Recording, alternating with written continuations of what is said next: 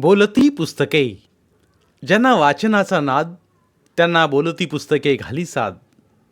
आमचं channel subscribe करा आणि सबस्क्राईब करायला इतरांनाही सांगा.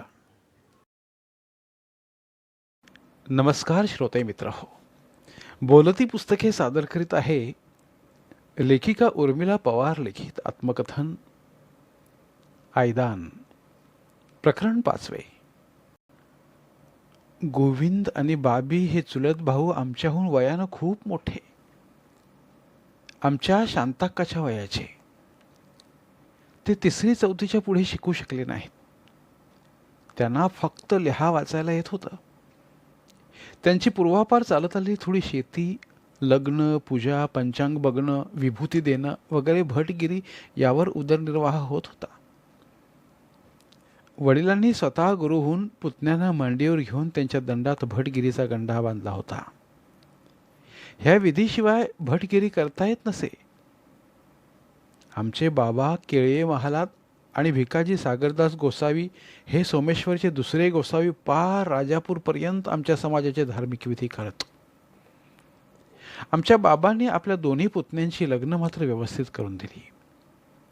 गोविंदची बायको पार्वती गरीब घरातली मुलगी होती, तर बाबीची बायको चांगल्या खात्यापित्या घरातून आली. तिचे वडील रस्त्या बिस्त्याचे कंत्राटदार होते. त्यांचा करबुडे गाव इतर गावाहून सुधारलेला असं समजत त्या गावातल्या बायकांना मात्र आगाऊ म्हणत. त्याचं कारण असं झालं होतं की कोकणात खेळे हा करमणुकीचा एकमेव कलाप्रकार होता. तरी अधूनमधून कोल्हापूर साताऱ्याकडचा तमाशाही कोकणात उतरे. काही तमाशे खूप चावट असत. असा तमाशा बघायला स्त्रियांना नेत नसत. एकदा करबुड्यात असा तमाशा आला. वाडीतले पुरुष बघायला गेले. बायकांनी मात्र स्वतः घरी तमाशा करायचं ठरवलं. कोणातरी एकीच्या घरी त्या जमल्या आणि ढोलके वाजवून नाचू लागल्या. कोणीतरी एक पुरुष काही कामानिमित्त तमाशातून उठून वाडीत आला आणि वाडीतल्या बायकांचा तमाशा बघून तसंच मागे गेला. त्यानं वाडीतल्या पुरुषांना तमाशातून बोलावून आणलं. अर्थात पुरुषांचं पित्त वगैरे खळून त्यांनी बायकांना मारहाण केली आणि वेगळाच तमाशा झाला. त्या प्रसंगानंतर करबुड्याची मुलगी करायला लोक बिचकत. याच कारणामुळे आमच्या चुलतीला थोरली बाईला सून म्हणून विटा पसंत नव्हती. पण ती दिरासमोर आमच्या बाबांसमोर बोलायला घाबरायची. कदाचित त्या रातांबा प्रकरणामुळे आपले पोरगे हुशार असूनही शिकले नाहीत. ते दारूच्या आहारी गेले. आपण तेव्हा तसं वागलो नसतो तर आपले पोरगे दिराच्या मुलांसारखे हुशार झाले असते, अशी खंत तिलाही वाटत असावी. तिला सगळे घरी नव्हत. ती फक्त स्वयंपाक करायची. तिच्या हाताला चव होती. तिनं नुसत्या पाण्याला जरी फोडणी दिली तरी ते चवदार व्हायचं. ती माझ्या आईसारखी उंच शिडशिडीत, तसाच उभा चेहरा आणि रंग, कानात सोन्याचे काळपट काप, गळ्यात 2-3 चाव्या असलेला जाड दोरा, दोन्ही मांड्यांच्या वर नेसला आडवा सुडका, लुगड्याचा तुकडा, त्याचा डोक्यावर लहानसा पदर, मनगटावर चांदीचे वेडे वाकडे गोठ, नाकात चांदीचा हुकलावा चाप. आमच्या आईचं आणि तिचं कधी मोठं भांडण झालं नाही. मतभेद होत असतील, पण आम्हा मुलांवर तिची माया होती. मला कळू लागायच्या आधीच बाबी वारला, पण गोविंद दादा आणि पार्वती विटा या भावजयांनीही आमचा कधी राग केला नाही. उलट आमच्यावर अतोनात प्रेम केलं. आम्ही त्यांची शिमग्याच्या सणाला आतुरतेनं वाट पाहायचो. त्या कधी येतील आणि आम्हाला गावाला नेतील असं व्हायचं. त्याही आम्हाला आग्रहानं न्यायच्या. कधी चालून दमलो तर उचलून घ्यायच्या. मी तेव्हा जाडजूड होते, त्यामुळे मला चेष्टेनं म्हणायच्या, मेल्या बोदल्या, तू येऊ नको, वाटत तुझं धाड भरल, उचलून घ्या म्हणशील आमचं कंबाड मोडशील. आणि त्या हसायच्या. विठीला 3 मुलं, पार्वतीला तिच्यानंतर उशिरानं 2 मुलीच झाल्या. आम्ही या सगळ्यांशी खेळायला जीव टाकत जायचो. पार्वती म्हणजे थोरली वहिनी. ठेंगणी, बारीक, गोरटेलिशी होती. पण वयाच्या मानानं तिचा चेहरा सुरकुतलेला, गाल आत गेलेले, पान खाऊन रंगलेलं तोंड आणि त्यातून दिसणारे रापलेले फेंगडे दात, केसांच्या पार झिपऱ्या, सगळ्याच ओझं वाहणाऱ्यांचे टाळूवरचे केस तुटके कुरतडल्यासारखे असायचे तसे तिचे होते.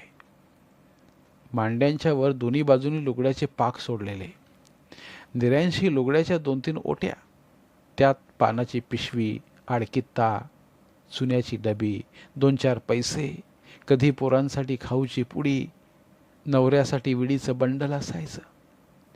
थोरली बहिणी हडकुळी दिसली तरी काटक होती. ती मोठमोठ्या भाऱ्या पुरुषाला उचलणार नाही अशी वरंडी लाटे उचलून रोज रत्नागिरीच्या बाजाराला जायची. तीच नदीवरून पाणी आणणं, झाडलोट सारवणं, दळण कांडण, गोठा झाडणं, शेण भरणं, शेणी थापणं वगैरे काम करायची. शिवाय शेतीच्या दिवसात भाजावळ करण्यापासून ते भात जोडणीपर्यंतची बरीचशी कामं तिच्याच वाट्याला असायची. एवढं करून नवरा कधी तिच्याशी बोलतोय असंही आम्ही पाहिलं नाही. आमची अक्का म्हणायची, यांना मुलं कशी झाली कुणास ठाऊक. सासू तर डाफरतच असायची. धाकटी वहिनी विठा त्यामानानं बऱ्या अवस्थेत होती. अंगानं धिप्पाड, हाडापेरानं भरलेली, गोल चेहरा, उजळ पण थोडासा उन्हानं रापलेला रंग, बरमुडा घातल्यासारखं दोन्ही ढोपरांच्या वर उबरवट्याच्या पद्धतीनं लुगडं नेसायची.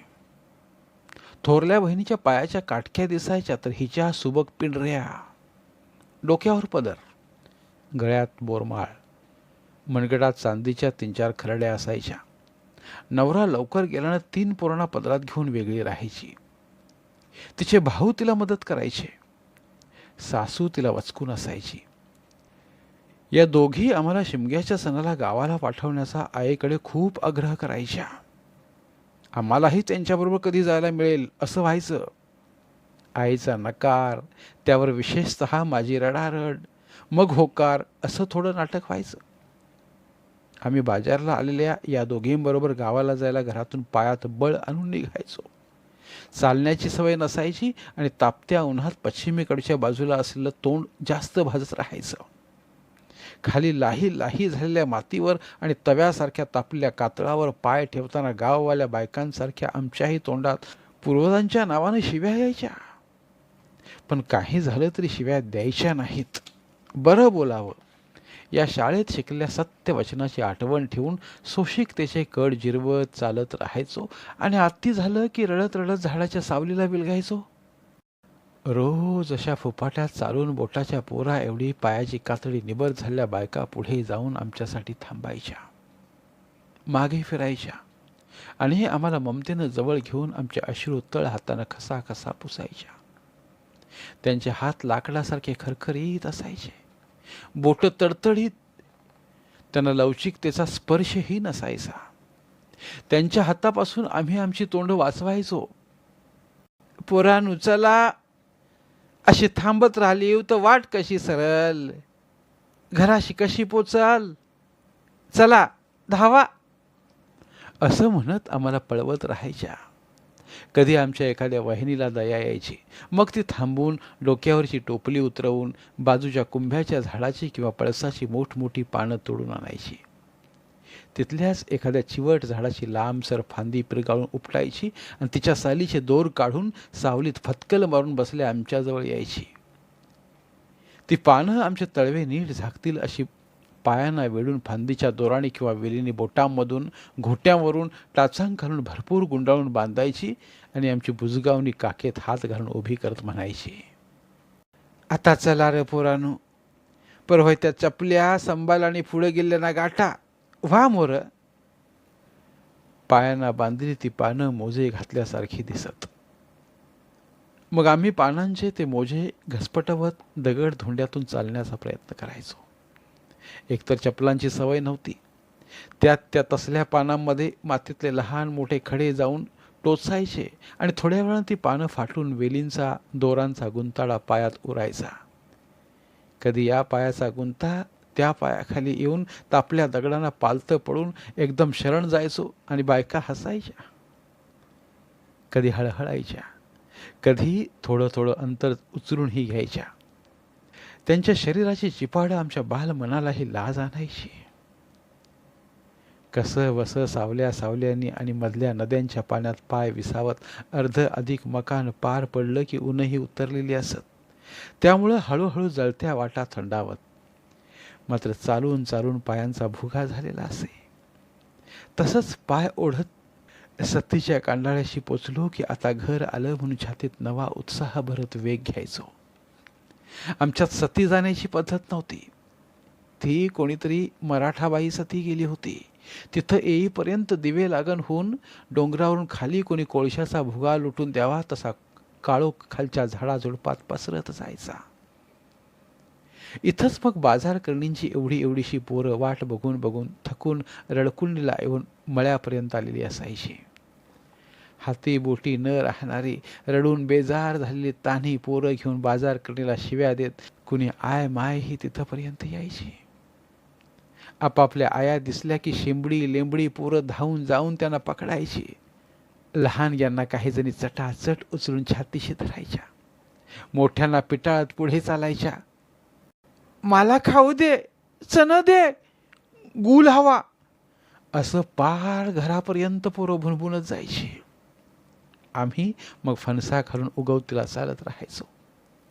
उगवतीला असलेल्या डोंगराच्या पायाजवळ नदी वाहते आणि त्या नदीच्या ऐल तीरावर 2 डोंगरांच्या बेचक्यात आमची वाडी वसलेली. आमचं घर अगदी नदीच्या काठाला लागून, इतकं की तव्यावर भाकरी टाकावी आणि नदीवर जाऊन घागर भरून आणून भाकरी परतावी असं आई म्हणायचे. आमची घरं उगवतीला तर काहींची मावळतीला. त्यामुळे उगवतं मावळतं असे शब्द वापरत असत. आमच्या घरांकडे येण्याचा मार्ग मावळतीतून होता. मावळतीच्या बायका तिकडेच वळायच्या. आम्ही पुढे यायचो. वाडवडिलांच्या समाध्या उजवीकडे असायच्या. तिकडे जाऊन आम्ही समाधीवर डोकं टेकायचो आणि मग वळायचो. वाडीत आमचं घर मोठं आणि कौलारू होतं. बाकीच्यांची केंबळ्याची होती. घरासमोर अंगणात मांडव घातलेला होता. अंगण ओलांडलं की लांबुडकी पडवी. पडवीत उजव्या हाताला धान्य धुन्य ठेवायची लहानशी खोली. पडवीला लागून 2-2.5 फूट उंचीची ओटी. पायऱ्या चढून ओटीवर आलं की आम्ही उजव्या हाताकडच्या देवाच्या खोलीत जायचो. देवाच्या खोलीत ओट्यावर चांदी पितळीचे बरेचसे देव जास्वंदीच्या कोमेजलेल्या फुलाखाली झाकलेले दिसायचे. तशीच फुलं असलेले 5-6 असोले नारळ भिंतीला टेकलेले. वेगवेगळ्या रंगा आकारांचे दगड देवांच्या नावानं मांडलेले. तांब्याची ताम्हणं, पळ्या, तांबे पितळ्याच्या सुरया, ताटं, काळी धुपाटणी, उदाची लाकडी घरं वगैरे मांडलेल्या देवाच्या खणात डोकं टिकून आत गेलं की माझघर. माझघरात खिडकीशी जातं आणि बाजूला जमिनीत फायन पुरलेलं असायचं.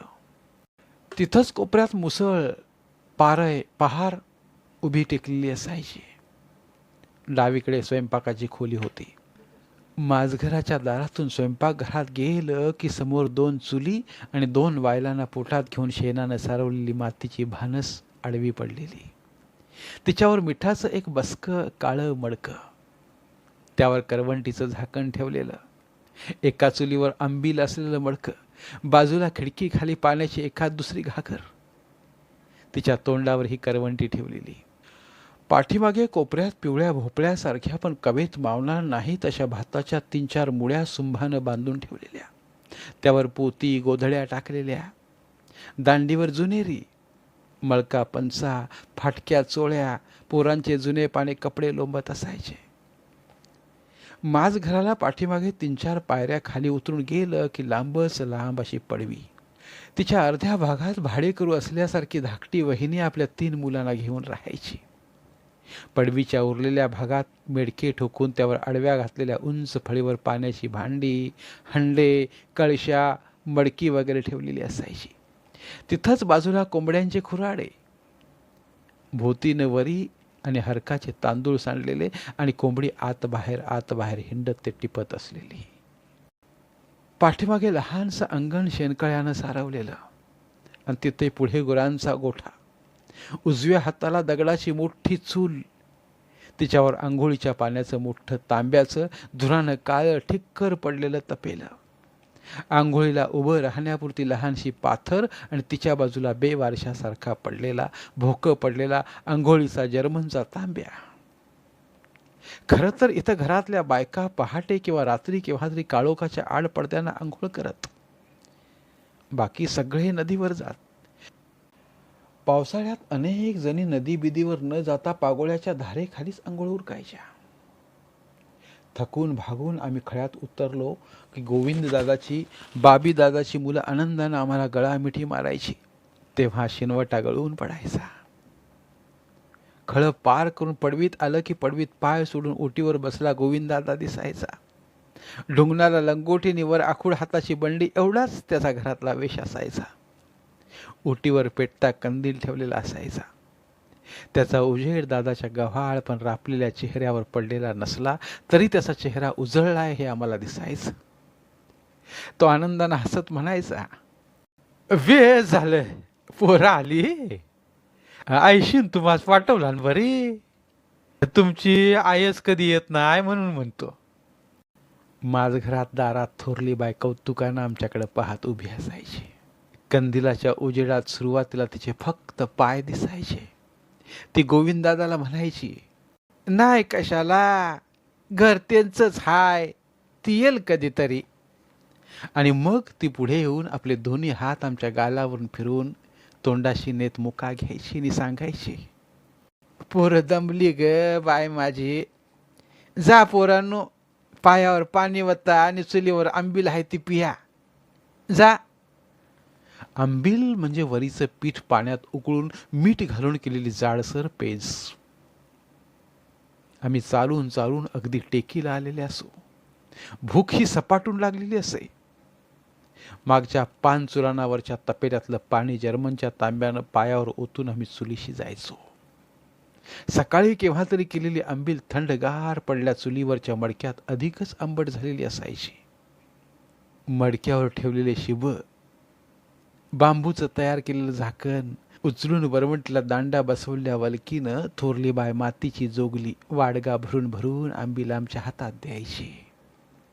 आंबून कळकलेल्या आमटीसारखा दर्प एकदम नाकात घुसायचा, पण पोटातल्या आतड्यांना ते कुठलं कळायला.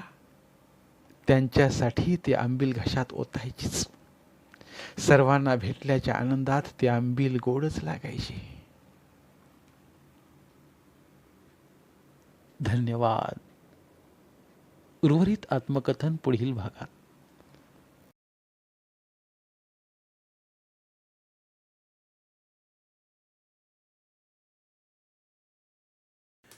धन्यवाद.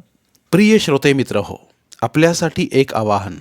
आमच्या चॅनलच्या प्लेलिस्ट विभागात तुमच्यासाठी शेकडो कादंबऱ्यांचे ऑडिओ बुक्स उपलब्ध आहेत. तिथे प्रत्येक कादंबरीचे सर्व भाग एकत्रित मिळतील. त्यामुळे सध्या सुरू असलेल्या क्रमशः कादंबरीच्या पुढील भागासाठी वाट पाहण्याची गरज नाही. तुमच्या वेळेनुसार तुम्ही संपूर्ण कादंबरी सलगपणे ऐकू शकतात आणि साहित्याचा आस्वाद घेऊ शकता. कृपया आमच्या चॅनलच्या होमपेजवर जाऊन प्लेलिस्ट चेक करा आणि तुमची आवडती कादंबरी निवडा. धन्यवाद.